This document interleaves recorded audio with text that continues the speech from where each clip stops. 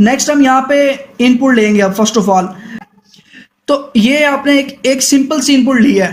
अब इस इनपुट के थ्रू अब आपने चेक कर रहे हैं कि जो एंटर मार्क्स किए गए हैं तो उसका हमें ग्रेडिंग क्या करनी चाहिए। चेक करते हैं। If your grade is B, तो ये चीज आ गई।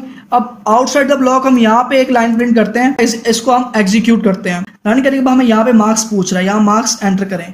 यहाँ पे सपोज मैं 70 एंटर करता हूँ, यहाँ पे क्लिक करें, यहाँ पे मैं 70 एंटर करता हूँ। कह रहा है your grade is B. If के अंदर उसने क्या किया है, आपको बी ग्रेड भी दे दिया है और उसके आउटसाइड द ब्लॉक भी उसे प्रिंट करवा दिया है।